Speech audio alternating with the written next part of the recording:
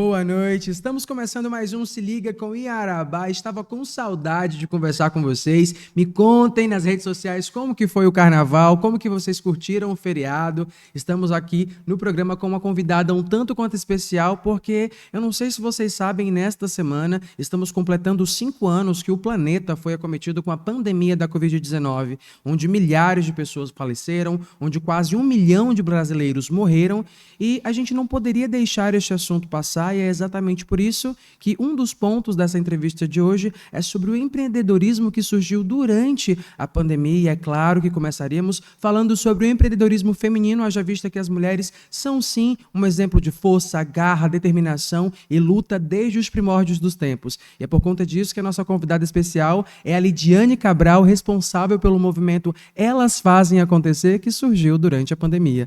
Lidiane, seja muito bem-vinda ao programa Se Liga com o Ian. Muito obrigada, é uma honra estar aqui com vocês. Muito obrigada pelo convite. E, acima de tudo, falar de algo que é do nosso dia a dia, falar das lutas dessas mulheres durante a pandemia. E, enquanto você falava, eu pensei nas grandes revoluções, né? Todas as grandes revoluções precederam o caos, né? Teve essa questão, e sempre as mulheres foram as que seguraram a onda, seguraram a barra e revolucionaram mundos, né? Então, é muito importante a gente poder falar disso e de algo que realmente mudou a humanidade, né? Que foi, infelizmente, Covid-19. Certo. Lidiane, para a gente começar, a senhora poderia explicar um pouco para a gente sobre esse movimento Elas Fazem Acontecer? O que é esse Elas Fazem Acontecer? Elas fazem acontecer o quê? Conta para a gente. Então, elas fazem acontecer exatamente tudo, né? Esse movimento, na verdade, conta um pouco da minha trajetória, né? Enquanto empreendedora, enquanto gestora pública, produtora cultural, educadora, né? Porque nada acontece, eu sou bem Paulo Freidiana, né?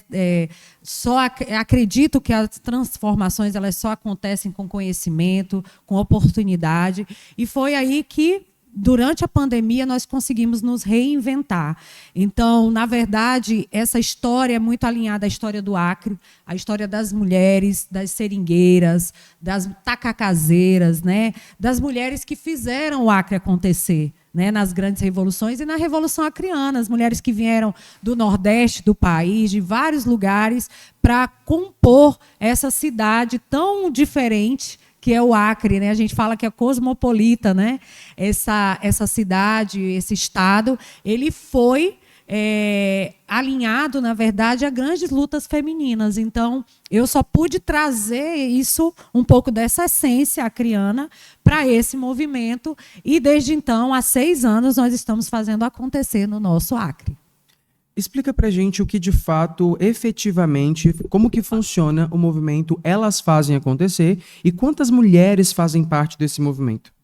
Então, o Elas Fazem Acontecer começa durante a pandemia, na verdade, né? Eu saí da gestão pública em 2019, fui secretária municipal, né, de política para as mulheres, entendi que mais do que nós darmos assistência social para a mulher em situação de vulnerabilidades, que não é só a mulher de baixa renda, não é só aquela mulher que precisa de um sacolão, de uma subsistência, mas a mulher que precisa romper as mentalidades, né, do machismo estrutural. Então, foi a partir daí, nessa gestão de 2019 para 2020, que nós iniciamos um movimento já alinhado com a economia popular, com a economia solidária, a economia criativa. Estávamos todas em casa, reclusas, sem conseguir sair, sem compreender, de fato, o que estava acontecendo não só no Acre, mas no mundo. Então, nós tínhamos contatos, né, conversávamos diariamente sobre a dificuldade de se manter um pequeno negócio, principalmente na Amazônia e no Acre. E foi aí que surge o Elas Fazem Acontecer. Eu fiz uma conversa com mais de 20 anos que eu tenho de movimento social, como ativista, como educadora. Eu fiz uma conversa com outras mulheres que eu trabalhava junto, e essas mulheres estavam desempregadas, estavam em casa ou realmente sem ter nada para fazer. Aliás, fazendo muita coisa, mas não ganhando dinheiro com o que elas faziam.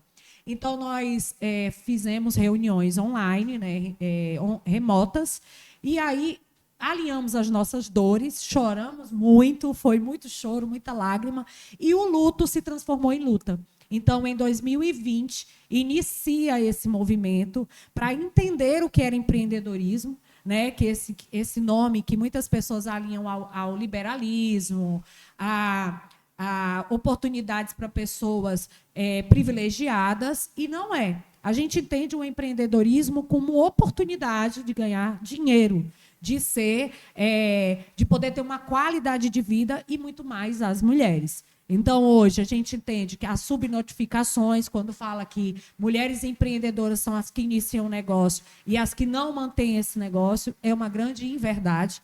Na verdade, nós temos na Amazônia grandes cases de sucesso de mulheres pretas periféricas que estão ganhando dinheiro no seu território.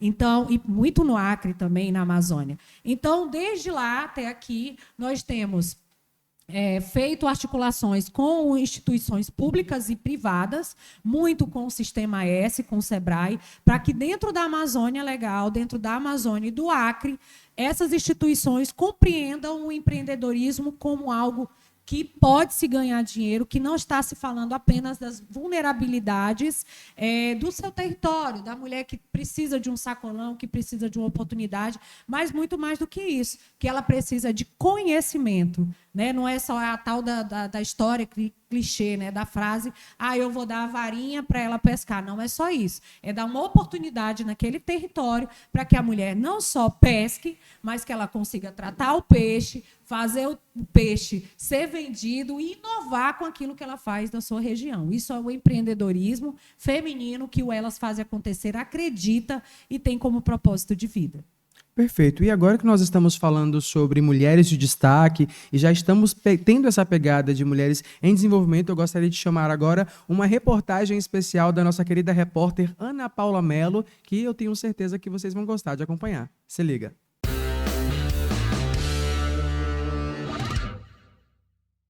É isso mesmo, Ian. Hoje nós estamos aqui diretamente do Comando Geral do Corpo de Bombeiros do Estado do Acre e viemos conhecer um pouco da atuação dos bombeiros neste período de cheia do Rio Acre. Para você que nos assiste, o Rio Acre já ultrapassou a sua cota de transbordo e muitas famílias já foram atingidas. Mas hoje nós vamos conhecer como que os bombeiros têm atuado neste período, como que tem sido o resgate dessas famílias. Então vem comigo que eu vou te contar tudo isso aqui no Se Liga com Ian Arabal.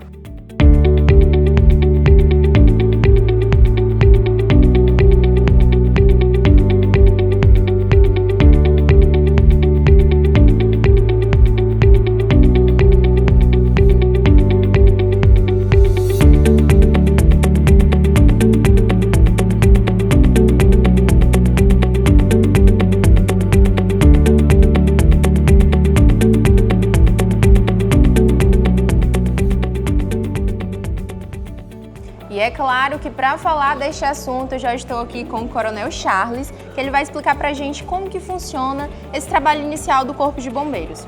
Bem, devemos enfatizar que não iniciou agora, esse trabalho já se iniciou há 30 dias, né, onde foi realizado uma confecção de um plano de contingência pela Defesa Civil Estadual e um plano de resposta pelo Corpo de Bombeiros Militar. O governo do estado ele não pensa só Rio Branco, ele pensa todo o estado do Acre.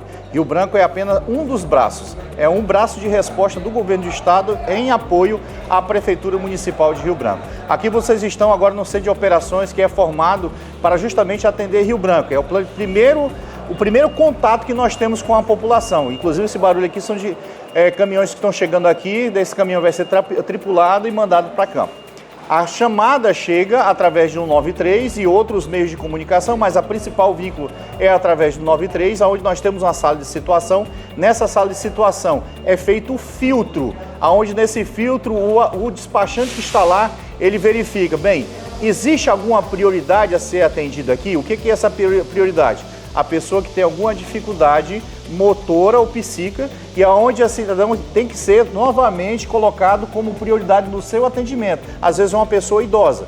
Dentro dessa prioridade que é tirada de lá, nós verificamos o número de chamadas que é para esse local. Nesse número local, vamos supor, tem 4 famílias, 5 famílias, então eu sei que nessa logística eu tenho que colocar uma embarcação com uma guarnição a realizar esse atendimento. Eu não preciso colocar 4 veículos com 4 guarnições. Apenas umas poderá dar vazão, até porque nós estamos tratando de vários bairros.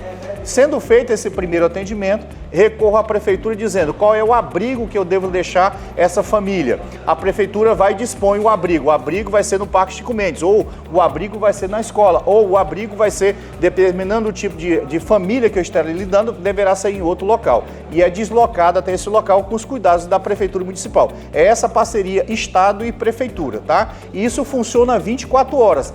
A dinâmica desse atendimento durante o dia e a dinâmica durante a noite vai obedecer algumas particularidades. Quais elas?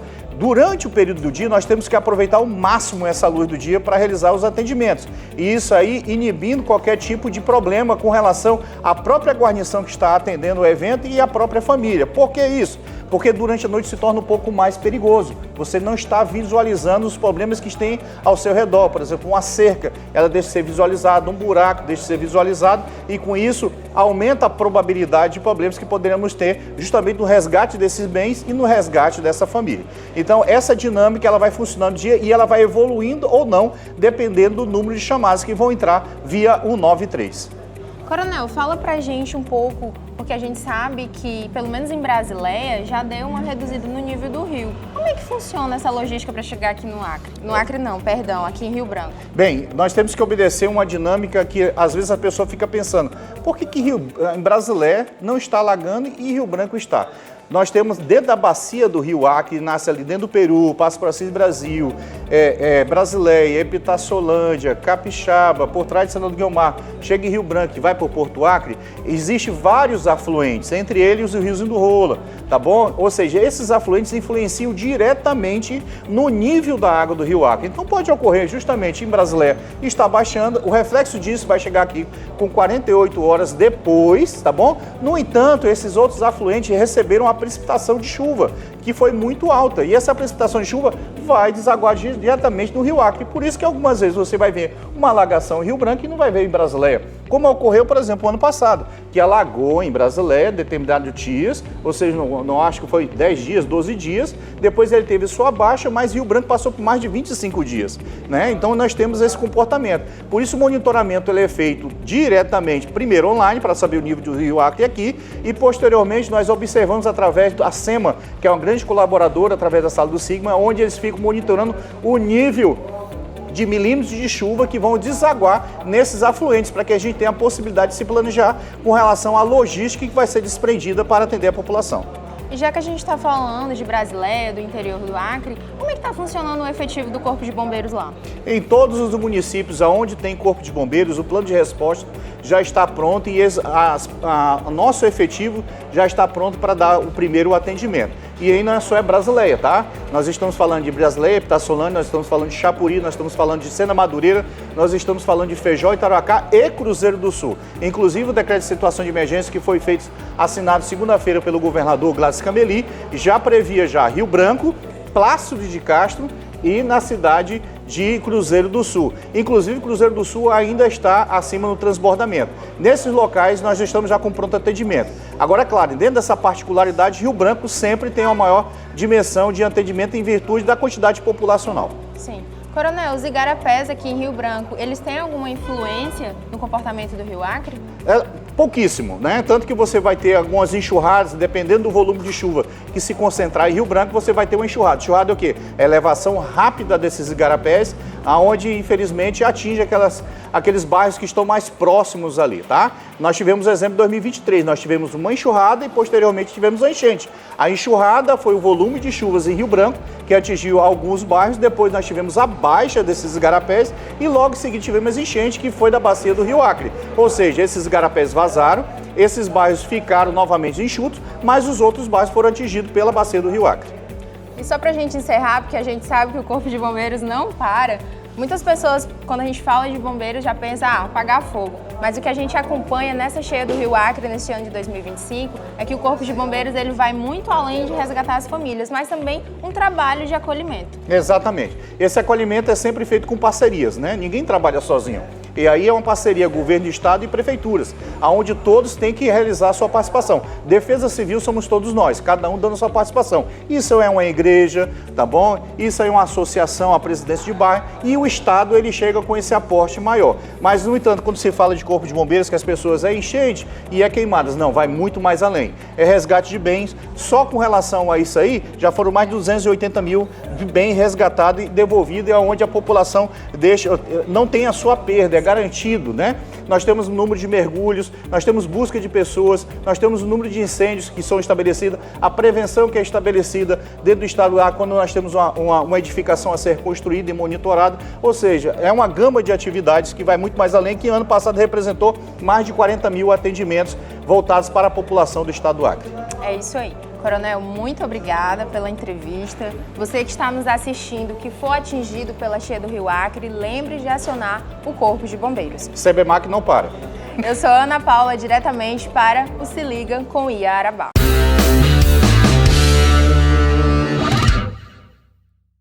É isso aí, essa foi a reportagem especial da nossa querida Ana Paula Mello, que é a repórter parceira do Alerta Cidade, com o programa Se Liga com Iarabá, que é um exemplo de mulher competente dentro da nossa equipe. Lidiane, falando ainda mais sobre esse movimento Elas Fazem Acontecer, você falou que são cerca de 250 mulheres que fazem parte efetivamente desse movimento, mas vocês impactam muito mais vidas do que só 250 pessoas. Pode falar um pouquinho pra gente sobre isso? Posso sim. Então, o Elas Fazem Acontecer, ele faz um trabalho de educação, como eu falei anteriormente, levando oportunidades de conhecimento para essas mulheres.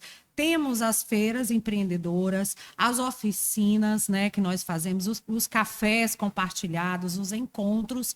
E nesses encontros nós também contamos com a colaboração de voluntárias, professoras, educadoras, né, da área do Instituto Federal, né, que eu posso citar aqui, o IFE, o IFAC, Universidade Federal do Acre, universidades públicas e privadas, né, que são mulheres, na maioria. A nossa segurança que faz a feira é uma mulher. Perfeito. Né? Então, não é só a mulher que está ali empreendendo, vendendo o seu produto, mas tem toda uma cadeia produtiva ao redor disso. A mulher que empreende na área das embalagens, então, que ela vende as embalagens para quem vai trabalhar na feira, né? Então, nós temos vários serviços também. A cuidadora, que fica com as crianças, enquanto as outras empreendedoras estão vendendo. As clientes que vão na nossa feira, que são inspiradas a também participar das nossas feiras empreendedoras. Mulheres da comunicação, jornalistas. Então, quando a gente vai transformar isso em números, nós impactamos mais de 1.500 mulheres a cada edição.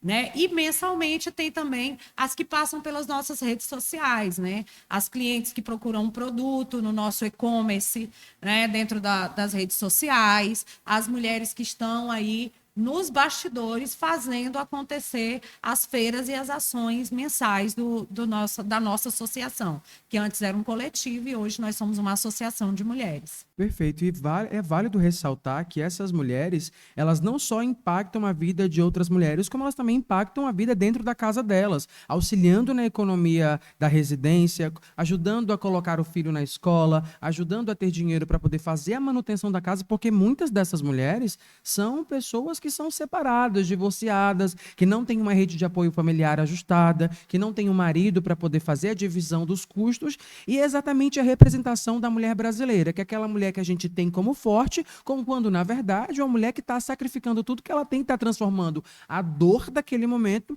em força. Eu acho que a senhora pode falar muito mais do que eu sobre isso, Lidiane, sobre esse fato dessa romantização do sofrimento da mulher, porque as mulheres são abandonadas pelos maridos, ficam com 2, 3, 4 filhos, tem que mantê-los nas escolas, tem que mantê-los alimentados, bem vestidos, e elas trabalham 5 da manhã até 10 da noite, e elas são tidas como guerreiras. Não é bem assim que funciona. Elas estão fazendo o que tem que ser feito, mas elas não são guerreiras, elas estão sendo exploradas porque não tiveram o apoio de quem deveria estar apoiando.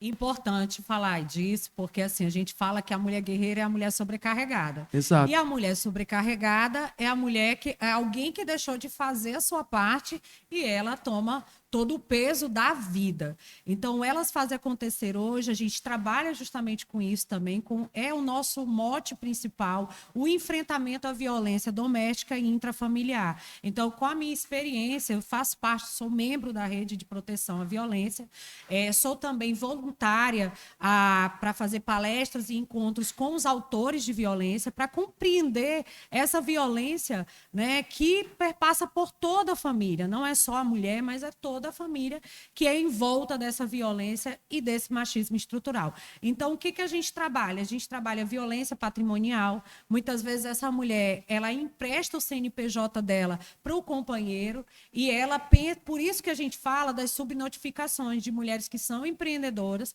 que têm o CNPJ, mas quem gerencia a grana do empreendimento dela é um homem, é um companheiro, além das mães sozinhas. Mulheres também que são sobrecarregadas, que precisam trabalhar e não têm condição de deixar, não tem como deixar seu filho num outro espaço para que ela consiga trabalhar. Então, nós trabalhamos isso também, além da mentalidade empreendedora, dessa autoestima e do verdadeiro empoderamento, que não é um empoderamento apenas de eu usar o meu batom vermelho e de repente eu me relacionar com quem eu quiser.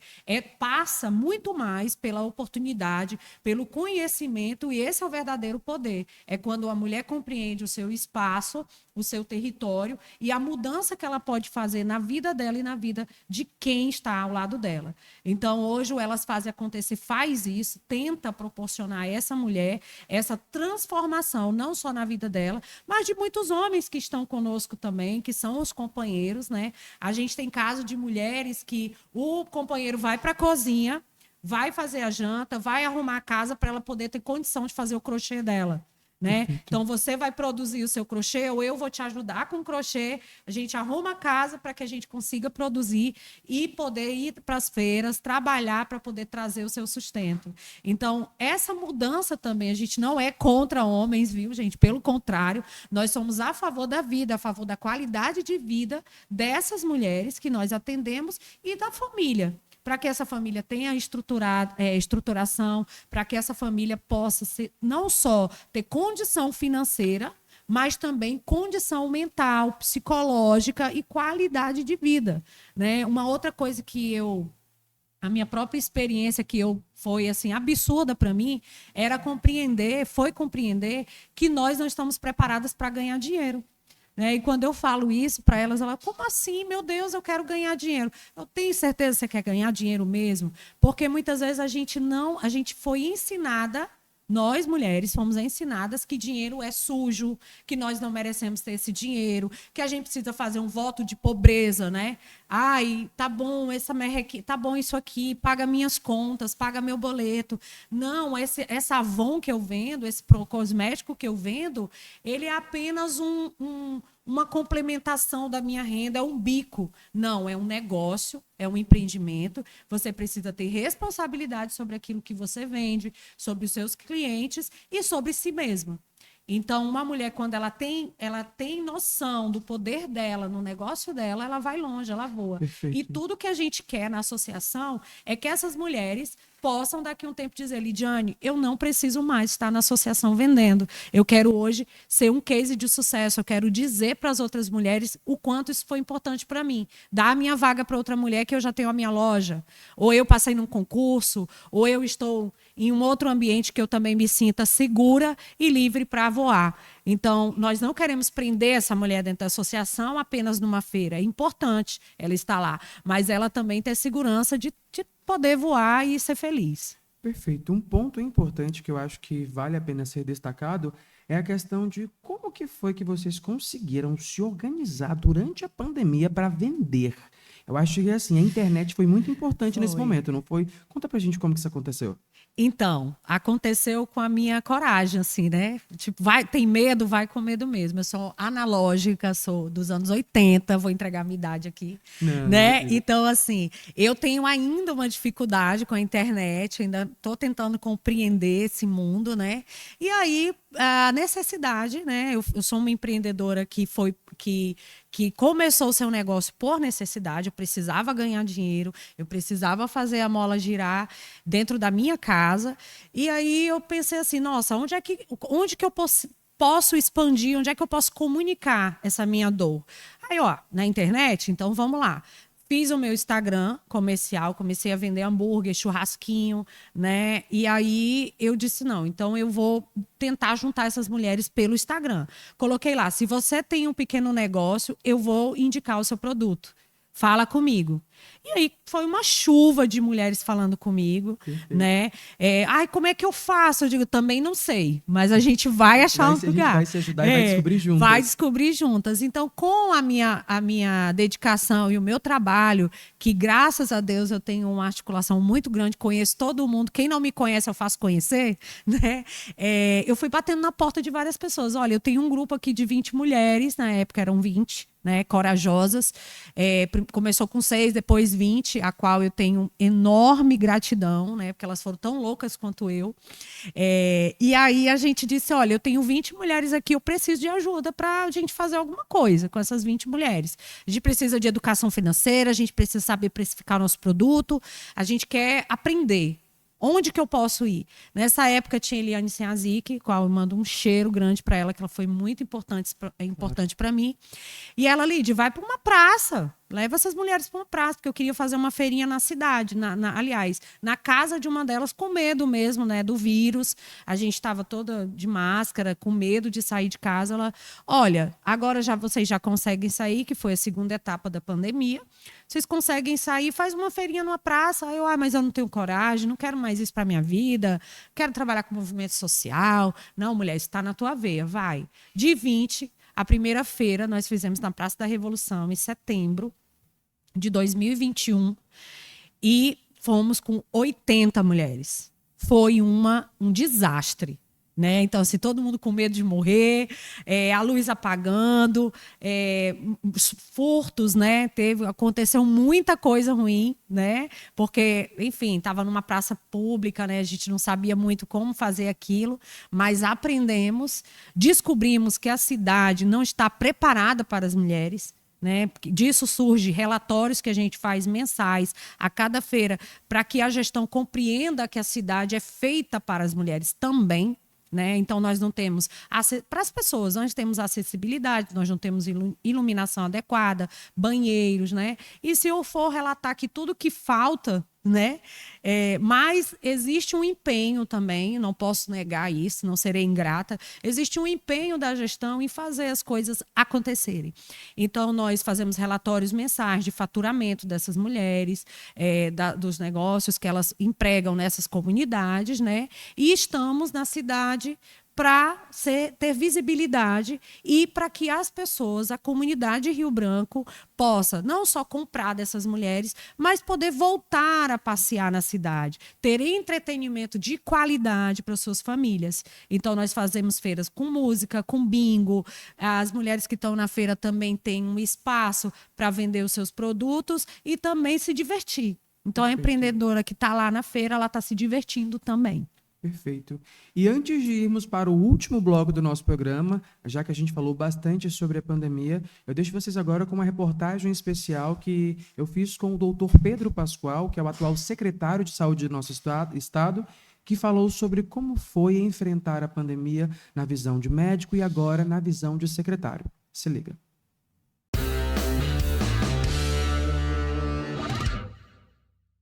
Secretário, nós estamos completando nesta semana cerca de 5 anos de que foi anunciada a pandemia da Covid-19, que foi uma pandemia que matou milhares de pessoas ao redor do mundo. E eu gostaria que o senhor falasse um pouquinho para a gente sobre o que a pandemia representou para a saúde em um contexto geral, mas em específico aqui no nosso estado.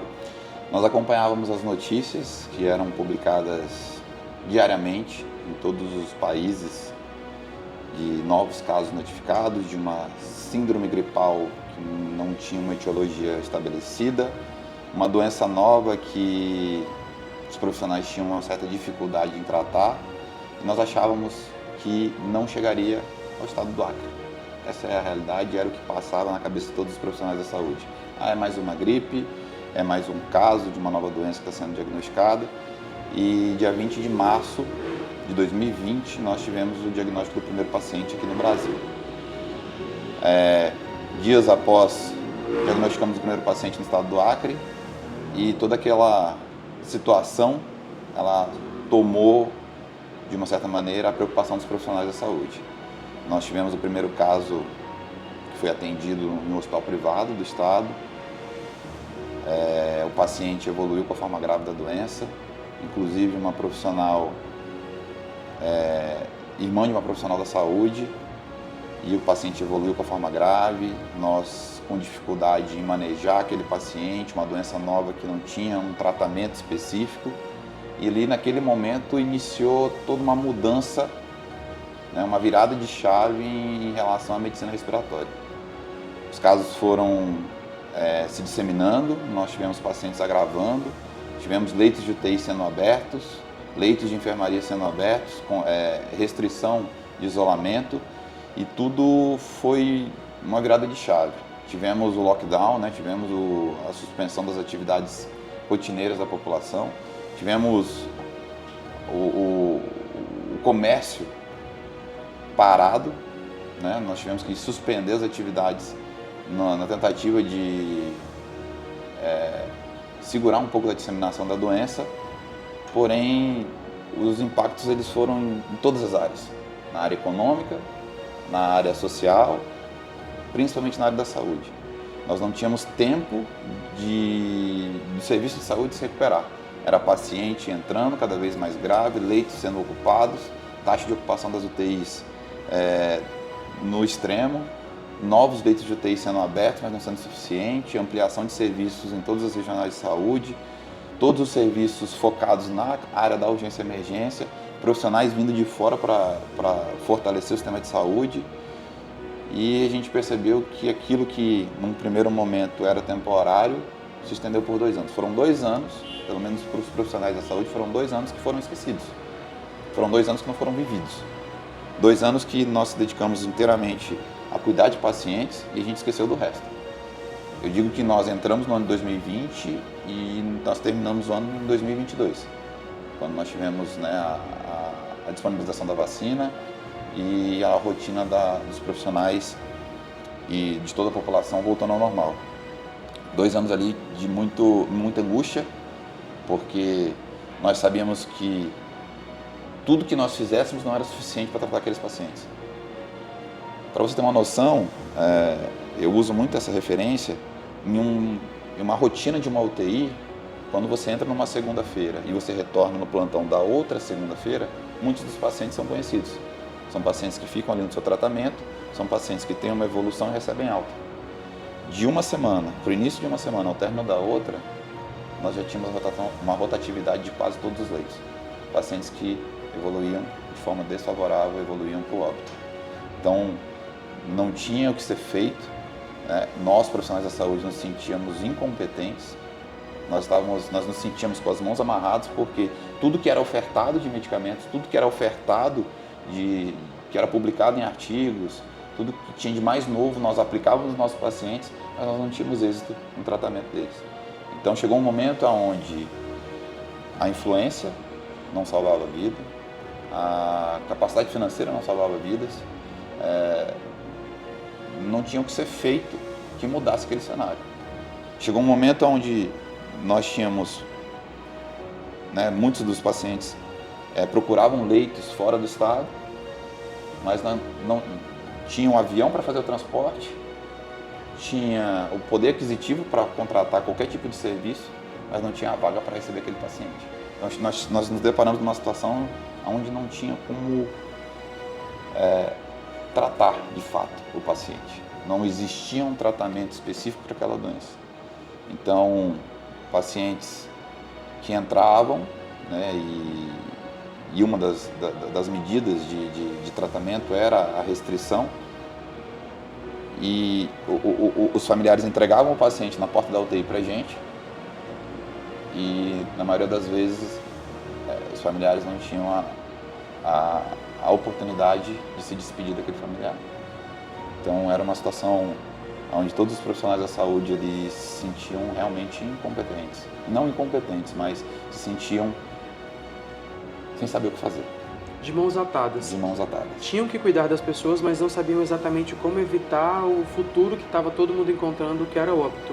Secretário, em poucas palavras, como que foi para o senhor, enquanto médico, resumindo a sua profissão, a medicina, ter que lidar com isso, a sua experiência pessoal, como que foi? Porque, como o senhor relatou, as pessoas entravam na UTI, os familiares se despediam das pessoas na UTI, mas depois não encontravam essa pessoa de novo, justamente porque 48 horas depois a pessoa já encontrava o óbito.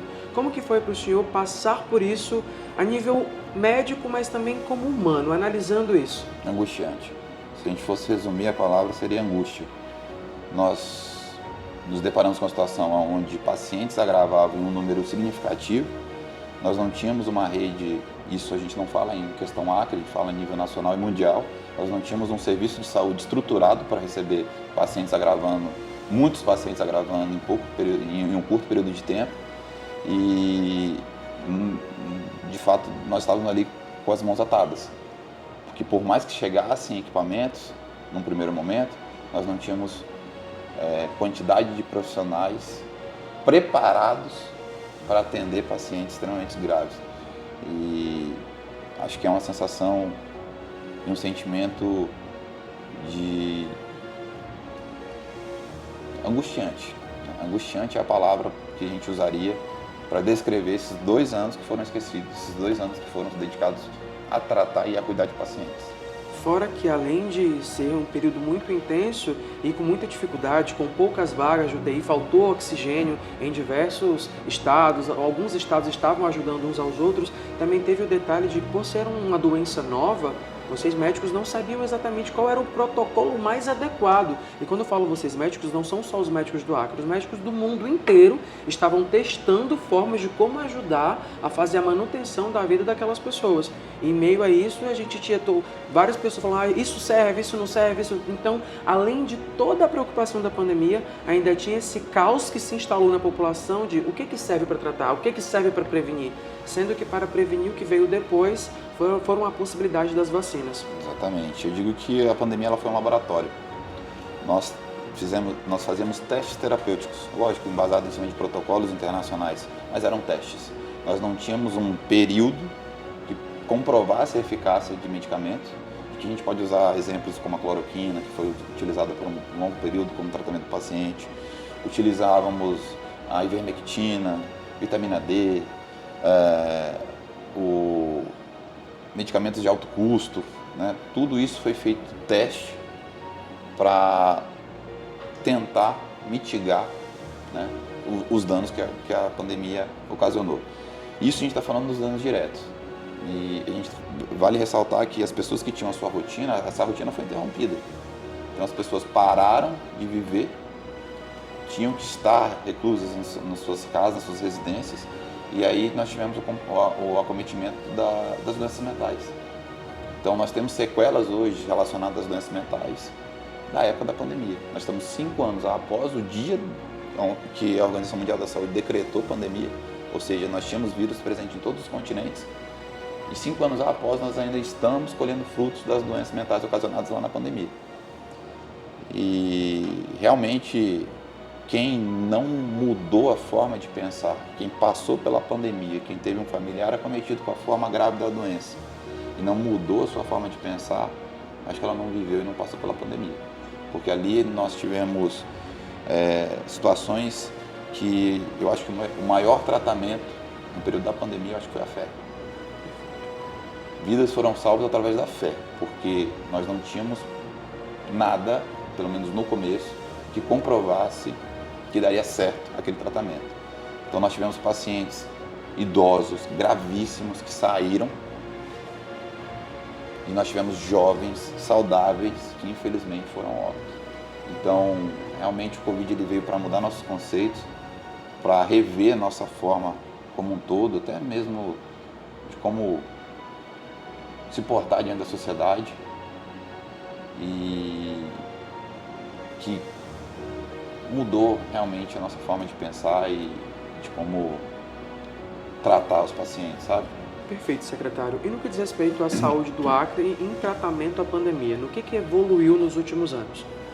A gente tem que tirar, né, de todas as situações ruins, a gente tem que enxergar o lado bom, né?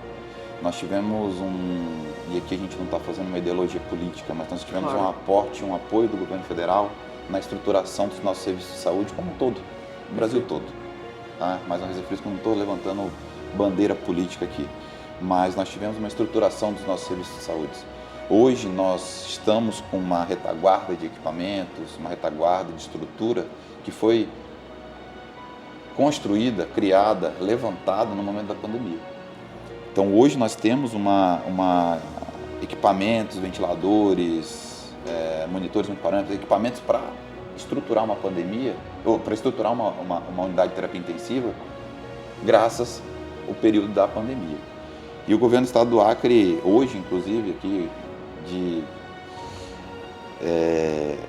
primeira mão, né, você vai receber a notícia que nós estaremos publicando, na verdade já foi publicado hoje no Diário Oficial do Estado, o chamamento de mais profissionais para composição do nosso quadro. Né? É o resultado do processo simplificado, processo seletivo simplificado, onde nós estaremos chamando médicos, enfermeiros, técnicos de enfermagem, fisioterapeutas, farmacêuticos, para regularizar a situação dos contratos emergenciais temporários.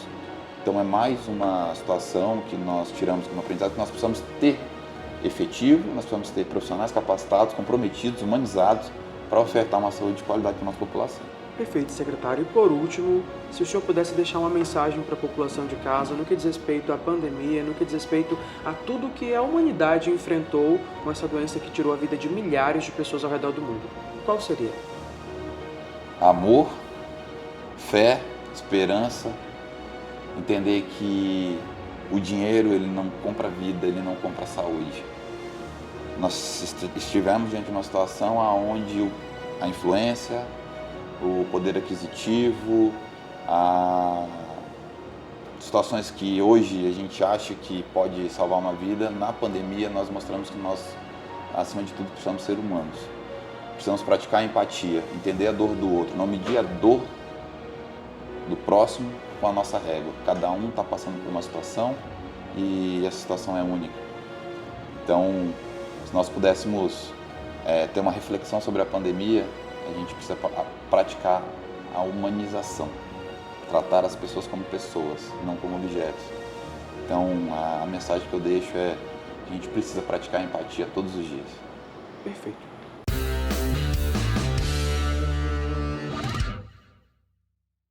Como o secretário, Dr. Pedro Pascoal, muito bem pontuou, diversas foram as vidas que foram ceifadas por conta da Covid-19, seja por ausência de sensibilidade, seja por ausência de autorresponsabilidade, mas no final de tudo, tal qual a mensagem que ele deixou é de que fé e esperança, muitas vezes, é a única coisa que a gente vai conseguir ter para poder fazer a manutenção da nossa vida de um jeito ou de outro. Então, como ele muito bem colocou, o que a gente precisa é desenvolver a nossa humanização, pois sem humanização jamais conseguiremos sermos chamados de humanos. E por último, para a gente finalizar com a Lidiane, eu gostaria de perguntar para a senhora qual recado a senhora deixa agora, que já passou a pandemia, para as mulheres do nosso estado. Então, o recado que eu tenho para deixar é cuide da sua saúde mental, né? Que também é um grande propósito, é um grande objetivo da nossa associação e de outros grupos que eu não falei aqui, mas nós temos vários outros grupos na cidade. Você, mulher, aproveitando o mês de março, né? Que é um mês dedicado às lutas das mulheres, não é só celebração, né? A gente fala, não é festa, é revolução. Então, o 8 de março surgiu disso, dessa luta incessante das mulheres, e a mulher acriana tem muita garra, muita vontade de vencer. E se você tem vontade de vencer, se você quer fazer parte de algum grupo, venha, né? Aproveite o Elas Fazem Acontecer. Nós estamos na rede social, @Elas Fazem Acontecer Acre. Procure uma amiga, uma inspiradora e venha com a gente, uma mulher inspiradora, e venha com a gente fazer parte disso. Você vai melhorar a sua saúde mental, a qualidade de vida e vai, de repente, romper um ciclo que você está de violência e poder também participar mais ativamente da vida da nossa cidade. Então, com certeza, vai ser muito importante. É isso. Então, só agradecer também ao Se Liga, agradecer a você, a toda a sua equipe, e estamos prontas para voltar assim que for necessário. Muito obrigada. Perfeito, Lidiane, muito obrigado. Você será sempre muito bem-vinda. E no próximo Elas Fazem Acontecer, avisa a gente que a gente, com todo prazer, vai lá para poder mostrar para o pessoal de casa qual é a experiência do Elas Fazem Acontecer. É isso, pessoal. Vamos ficando por aqui. Muito obrigado pela sua audiência de sempre. E como eu sempre falo, se for curtir a sexta-feira, curta com responsabilidade. Se beber, não dirija. E se liga, a gente se encontra pela cidade.